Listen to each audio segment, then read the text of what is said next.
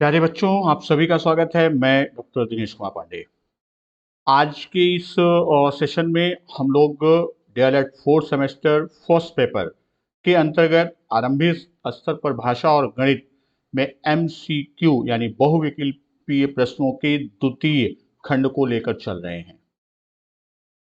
और आपका दो पेपर, फर्स्ट पेपर और फोर्थ अर्थात गणित, इन दो विषयों के प्रैक्टिस सेशन का है। और डीएलएड फोर्थ सेमेस्टर का जो मॉडल पेपर है, उसका मॉडल पेपर आपको 2 से 3 दिनों के पश्चात आपको भी मॉडल पेपर हम कराना शुरू कर देंगे। तो यहाँ हम पहले जो हमारी विभिन्न क्वेश्चन बैंक हैं या उसी को हम सीरीज कहते हैं, उसके क्वेश्चंस की प्रैक्टिस कर लेते हैं और कुछ क्वेश्चंस हम इनसे इतर स्वनिर्मित प्रश्नों को भी आपको देंगे।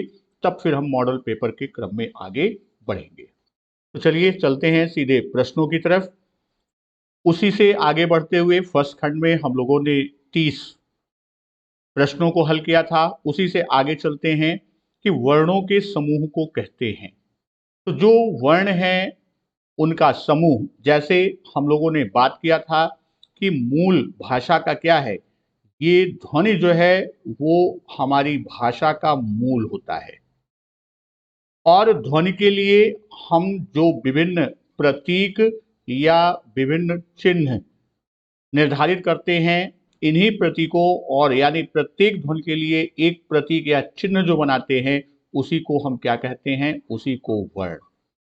और इसी का जो श्रृंखलाबद्ध रूप होता है, उसे यानी किस लिपि में कौन सा चिन्ह है, जैसे देवनागरी के लिए अलग चिन्ह है, खरोष्ठी ब्राह्मी के लिए अलग चिन्ह है, उर्दू के लिए अलग, अंग्रेजी के लिए अलग, या जितनी भी भाषाएं हैं सब किसी न किसी लिपि से संबंधित है और उस लिपि के वर्ण। तो यहाँ जो आपका प्रश्न है, इन वर्णों का जो समूह होता है, एक श्रृंखलाबद्ध समूह, वह श्रृंखलाबद्ध समूह आपका क्या कहलाता है, वर्णमाला। यानी पहला विकल्प आपका उत्तर होगा।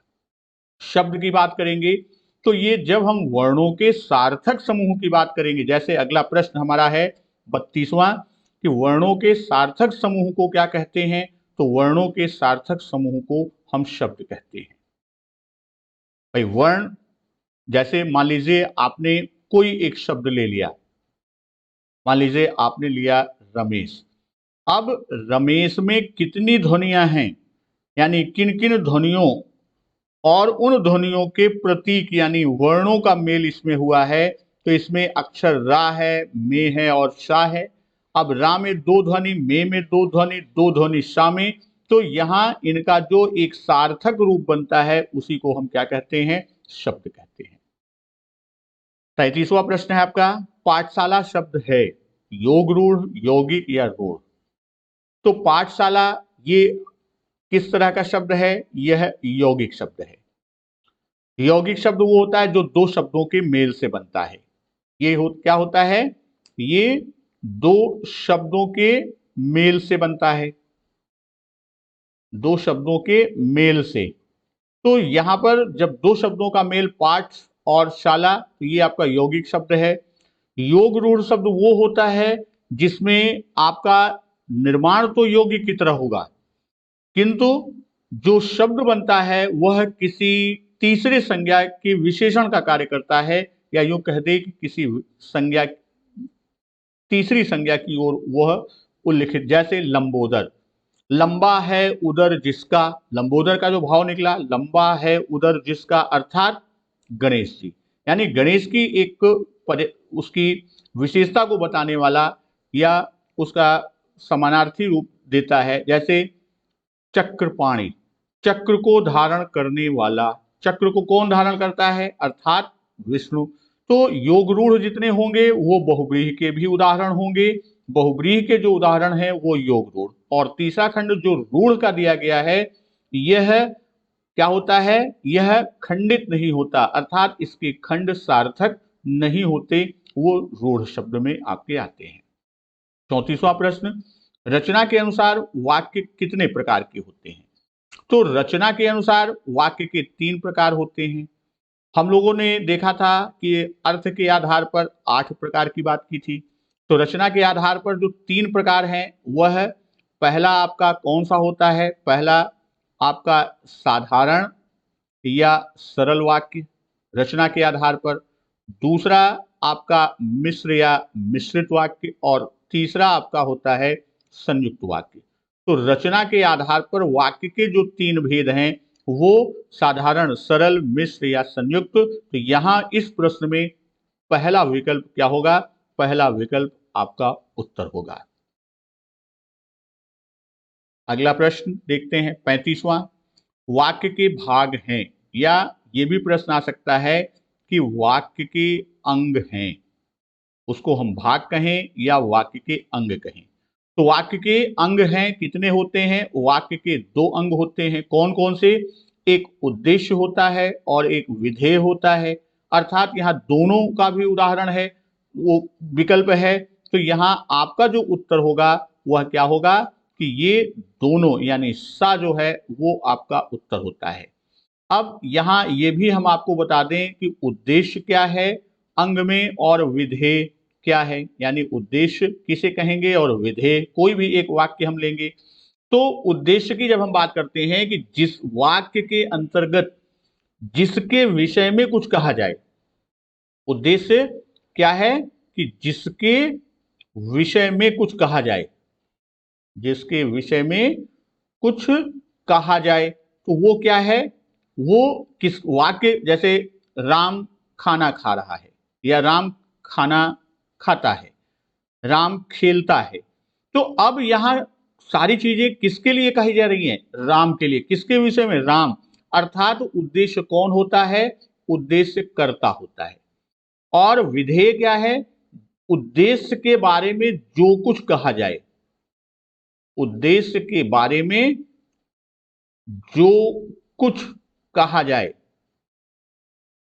वह क्या होता है? वह विधेय कहलाता है। इसमें जैसे हम बात करते हैं कि उद्देश्य के विधेय में, तो जो वाक्य में आपका कर्म, क्रिया आदि का हम प्रयोग करते हैं, ये सब किस में जाते हैं? ये सब विधेय में जाते हैं। अगला प्रश्न 36वां। खा ध्वनि है, महाप्राण, अल्प प्राण या दोनों? तो महाप्राण और अल्प प्राण का जो हम विभाजन करते हैं वह किसके आधार पर करते हैं? वायु प्रक्षेप के आधार पर। तो वायु प्रक्षेप शब्द क्या है? प्रक्षेप माने थ्रो करना, फेंकना, यानी वायु को अंदर आपके जो ये वाग्यंत्र है, कंठ से लेकर और आपकी नासिका और ओष्ठ तक, ये आपका पूरा क्या है? आपका पूरा वाग्यंत्र है। तो इस वाग्यंत्र में अंदर से वायु जब फेफड़े से निकलती है तो उसको बाहर की ओर निकालते हैं। तो जहां कम वायु निकलती है वो क्या होगा? कम वायु वाला अल्प प्राण। और जो अधिक वायु निकलेगा महाप्राण में क्या होता है? इसमें अधिक वायु निकलती है। तो हम सभी वर्णों का यहां विभाजन करते हैं, अल्प प्राण और महाप्राण। तो सभी स्वर, अगर हम अल्प प्राण की बात करें तो अल्प प्राण में क्या है? इसमें सभी स्वर, सभी स्वर किस में आएंगे? अल्प प्राण में आएंगे। और आपका जो वर्ग का, जो वर्गीय व्यंजन है, वर्ग का पहला, तीसरा और पांचवा वर्ण आता है। और साथ ही साथ आपका अंतस्थ आता है और आपका अनुस्वार। ये आपके क्या हैं? अल्प प्राण वर्ण हैं। और इनकी संख्या कितनी होती है? इनकी संख्या 31। कभी कभी ये भी प्रश्न पूछता है अल्प प्राण में वर्णों की संख्या, तो 31। वहीं जब हम महाप्राण की बात करते हैं तो स्वर इसमें है नहीं, क्योंकि सारे आपके उसमें चले गए अल्प प्राण में। तो महाप्राण के अंतर्गत जो वर्गीय वर्ण है, वर्ग का दूसरा और चौथा वर्ण आता है। और दूसरा आपका ऊष्म आता है, ऊष्मीय वर्ण और विसर्ग। तो ये आपका महाप्राण के वर्ण है। तो 5 वर्ग हैं, तो 2 10, यानी 2 प्रत्येक वर्ग से 10, 4 ऊष्म और 1 विसर्ग, यानी महाप्राण में वर्णों की संख्या कितनी होती है? 15। और कुल मिला के हम बात करते हैं किसकी? कि मूल वर्णों की संख्या। मूल वर्णों की संख्या आपकी यही 46 यानी 46 होती है। तो यहां आपका प्रश्न खा ध्वनि के बारे में पूछा है। तो खा कौन सा? क ख, यानी वो दूसरा वर्ण है। तो दूसरा वर्ण जो आपका होता है खा ध्वनि महाप्राण में ही जाएगी, यानी पहला विकल्प क्या होगा? पहला विकल्प आपका आंसर होगा। नेक्स्ट क्वेश्चन 37वां हम देखते हैं कि का ध्वनि का उच्चारण स्थान है। इसके लिए हम लोगों ने एक कविता देखी थी, अकह विसर्ग कंठराम, इचयस भी है तालुराम। तो अब यहां पर अकह विसर्ग कंठराम यानी क कहां पे आ रहा है? कंठ। तो का उच्चारण स्थान कहां पे होगा? कंठ में होगा।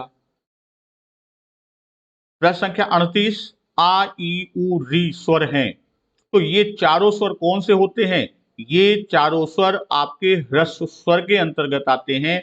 तो ये तीसरा विकल्प आपका क्या होगा? तीसरा विकल्प आपका उत्तर बनेगा। 39वां प्रश्न, देवनागरी लिपि का विकास किस लिपि से हुआ? तो अब यहां देवनागरी का जो विकास होता है वह कहां से हुआ है? वह आपका ब्राह्मी लिपि से हुआ है। देवनागरी का विकास कहां से हुआ? ब्राह्मी लिपि से। 40वें प्रश्न पर आते हैं, निम्नलिखित में से कौन सा अशुद्ध उच्चारण का कारण नहीं है? तो उच्चारण में आपका क्या होगा? वाग् यंत्र की बात होगी, तो ध्वनि लोप ये उसका कारण बनेगा। ध्वनि विकृति ये भी आपके उच्चारण दोष का कारण यानी अशुद्ध उच्चारण का कारण बनेगा। और सुलेख विहीनता, तो सुलेख लेखन का है ना कि उच्चारण का है। तो ये विकल्प आपका क्या होगा? यही आपका उत्तर होगा। चौथे को भी देख लें, ध्वनि विपर्यय, तो ध्वनि का जब विपर्यय होता है तो भी उच्चारण दोष की स्थिति, तो ये उच्चारण दोष में कारण नहीं बनता। तो तीसरा विकल्प क्या होगा? तीसरा विकल्प हमारा उत्तर होगा। विराम चिन्ह आपका लगा हुआ है, विराम चिन्ह को क्या कहते हैं? तो ये विराम चिन्ह जिसको हम आप अंग्रेजी में कॉमा कहते हैं, तो ये विराम चिन्ह आपका क्या है? अल्प प्राण। पूर्ण विराम में हम फुल स्टॉप लगाते हैं। अब आधुनिक समय में हम बिंदी का भी प्रयोग करते हैं। वहीं प्रश्नवाचक चिन्ह की बात करते हैं तो प्रश्नवाचक चिन्ह आपका इस तरह से होता है। तो यहां ये अल्प विराम कौन सा है इसकी श्रेणी में? 42वां प्रश्न, हिंदी में वर्णों की संख्या। हिंदी में वर्णों की यानी हिंदी वर्णमाला, हिंदी में मीन्स यहां पर क्या है?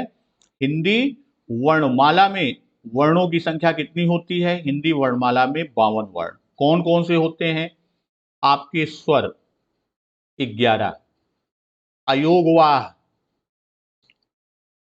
कितने हैं? 2। कौन कौन से? एक आपका अनुस्वार और एक विसर्ग, इन दोनों को अयोगवाह कहते हैं।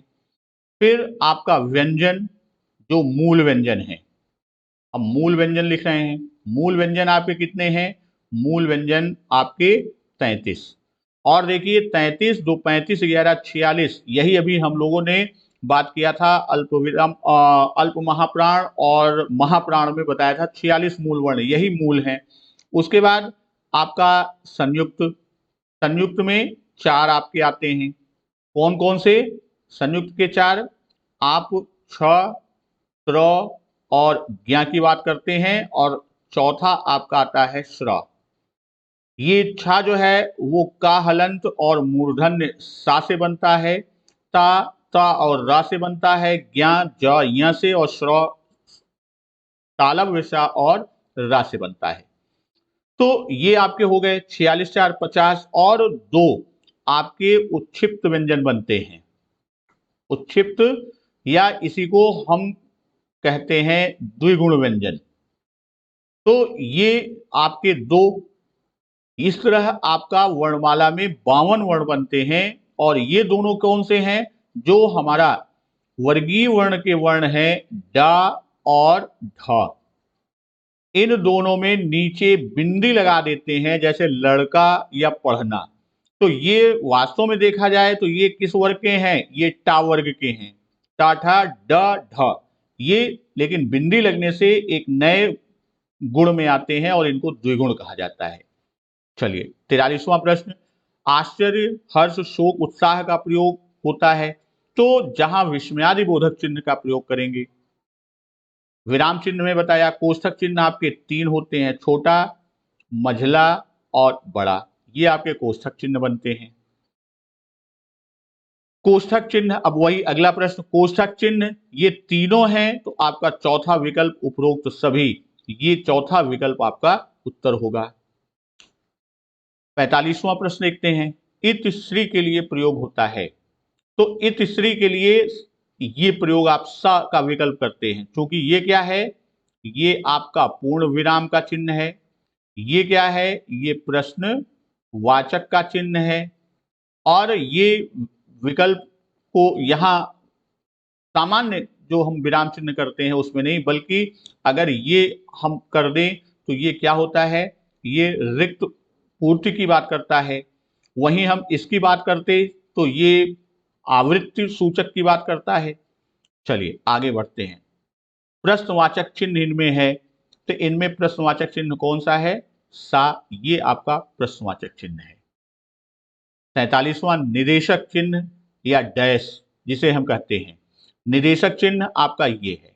ये आपका क्या है, ये आपका अर्धविराम है और ये विस्मयादि बोधक चिन्ह है। आप विकल्प क्या है, ये आपका अर्धविराम चिन्ह है और ये चिन्ह आपका कौन सा है, ये आपका अभी ऊपर हम लोगों ने देखा था, ये आपका विस्मयादि बोधक चिन्ह है। और ये आपका क्या है, ये आपका निदेशक चिन्ह, जो आपका उत्तर होगा। अगर यहीं पर निदेशक चिन्ह के आगे हम अपूर्ण विराम को भी लगा दें तो ये हमारा कौन सा चिन्ह हो जाता है, ये चिन्ह हमारा विवरण चिन्ह कहलाता है। अनुनासिक चिन्ह है, अनुनासिक चिन्ह आपका सा है, ये विसर्ग का है, ये बराबर का है। 49वां, ये अभी अभी हमने बात किया था कि ये आपका पढ़ना जो आता है ये किस में आएगा, तो ये आपका वास्तव में देखा जाए तो ये टा वर्ग का वर्ण है, नीचे एक बिंदु और लगा दिए तो इसमें कौन सा वर्ण आएगा, दूसरा विकल्प आपका उत्तर होगा टा वर्ण। कोमल का विलोम शब्द होगा, तो कोमल का बहुत सरल है, कठोर होगा। गणेश का समानार्थी शब्द है, आपका 51वां प्रश्न है, गणेश का समानार्थी शब्द है। तो गणेश का समानार्थी शब्द अभी सामान्य रूप से हमने योग रूढ़ में उदाहरण दिया था लंबोदर, तो लंबोदर क्या है, गणेश का समानार्थी है। बाकी जो विकल्प दिए गए हैं, शंबर जो है ये पहला विकल्प, ये किसका समानार्थी है, राक्षस, समानार्थी या पर्यायवाची। गज किसका है, गज हाथी का पर्यायवाची है, समानार्थी। और कलानिधि जो है ये किसका है, ये चंद्रमा का पर्यायवाची। अगम का अर्थ होता है, अगम का उल्टा अगर बात करें तो किस रूप में जाएगा, इसका जो अर्थ पूछा गया है अगम का अर्थ वो क्या होगा, वह आपका दुर्लभ। 53वां प्रश्न देखते हैं, स्वरों की सहायता के बिना जिन वर्णों का उच्चारण नहीं हो पाता, तो हम किसका उच्चारण नहीं कर पाते, हम व्यंजन का उच्चारण बिना स्वर की सहायता से नहीं कर पाते, तो तीसरा विकल्प क्या होगा, हमारा उत्तर होगा। क और मूर्धन्य ष के योग से निर्मित शब्द आपका छ होता है। वास्तव में जब हम छ की बात करते हैं तो इसमें तीन ध्वनियां होती हैं, क हलंत, मूर्धन्य श हलंत और आ। वास्तव में देखा जाए इस छ के अंदर ये तीन ध्वनियां हैं, लेकिन आपके प्रश्न के क्रम में वह पहला विकल्प ही क्या होगा, पहला विकल्प आपका उत्तर होगा। ये जो पांचों वर्ण हैं, अगर इनको देखा जाए तो ये किस में जाएंगे, ये अनुनासिक है नहीं, निरनुनासिक नहीं, विसर्ग नहीं, तो ये किस में जाएंगे, अनुस्वार। वास्तव में देखा जाए तो ये पांचों क्या कहलाते हैं, ये पांचों पंचमाक्षर कहलाते हैं। और नियम क्या है, जैसे आप लिखते हैं दिनांक, आप क्या लिखे, दिनांक, तो ये तो हम लोग इसका अनुसार का प्रयोग कर देते हैं, लेकिन अगर इसका शुद्ध व्याकरणिक रूप देखा जाए तो जिस जहां पे ये आपका पंचमाक्षर का प्रयोग होता है वहां जो इससे बाद का वर्ण है उस वर्ग का पंचमाक्षर प्रयोग होता है, तो इसका व्याकरणिक रूप जब हम देखेंगे तो वह आप अक्सर ये देखे होंगे दिनांक। ये आपका चलेगा। तो या व्यंजन, व्यंजन सामान्य रूप में हम आप ऊपर अनुस्वार लगा के लिख देते हैं व्यंजन, जबकि इसका शुद्ध व्याकरणिक रूप क्या होगा, यहाँ चूंकि जा चा वर्ग का है और चा वर्ग का पंचमाक्षर यहाँ है, तो व्यंजन हम इसको शुद्ध व्याकरणिक रूप से लिखेंगे। अगर आपका प्रश्न आता है कौन सा व्याकरणिक दृष्टि से शुद्ध है, अगर ये प्रश्न आए कि व्याकरणिक रूप से शुद्ध की बात करें तो ये अशुद्ध होगा और ये आपका शुद्ध रूप होगा। चलिए आगे चलते हैं। प्रश्न संख्या 56 देखते हैं। अनुसार को किस लिप चिन्ह से व्यक्त करते हैं? तो अनुसार ऊपर हम सिर्फ बिंदी रखते हैं, तो ये हमारा बा विकल्प क्या होगा, उत्तर होगा। ये आपका क्या है, ये अनुनासिक चिन्ह है, ये का विसर्ग चिन्ह है और ये विस्मयादि बोधक चिन्ह है। 57वां, 10 तक के अंकों की सबसे बड़ी संख्या। तो 10 तक के अंक की बात करेंगे तो 1 2 3 से लेके 9 10, तो एक अंक की सबसे बड़ी संख्या कौन सी है, 9, तीसरा विकल्प। प्रश्न संख्या 58, 75 संख्या है सम, विषम, आबा दोनों या इनमें से कोई नहीं।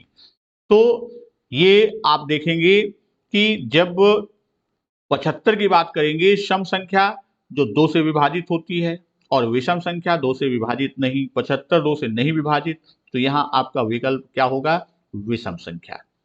आरोही क्रम है तो 10 8 7 4 2, तो ये क्या हो रहा है, ये आपका घटते क्रम में है और घटता क्रम जो होता है वो क्या होता है, वो अवरोही होता है। और ये संख्या जो आपकी चल रही है 3 4 7 9 11, ये आपका क्या है, बढ़ते क्रम में है और बढ़ता क्रम क्या होता है, वो आरोही क्रम, असेंडिंग और डिसेंडिंग। तो आपका आंसर क्या होगा, दूसरा विकल्प। गणित की मूल संक्रियाएं हैं, तो गणित की मूल संक्रिया की जब हम बात करते हैं तो गणित की मूल संक्रिया में 4 मूल संक्रियाएं होती हैं। कौन कौन सी, आपका जोड़, प्लस का सिंबल है, घटाना, इसका सिंबल, भाग, इसका सिंबल और गुणा। ये 4 संक्रियाएं क्या हैं, आपकी मूल संक्रियाएं कही गई हैं। तो यहां जोड़, घटाना, गुणा, भाग बा में है, तो अर्थात तीसरा विकल्प सा जो है वो हमारा आंसर होगा। तो आज हमने पहले पार्ट से आगे बढ़ाते हुए दूसरे पार्ट को लिया और फिर अगले खंड में हम तीसरे पार्ट को लेकर प्रश्नों को आपके साथ आते हैं। तो तब तक नमस्कार, वंदे मातरम।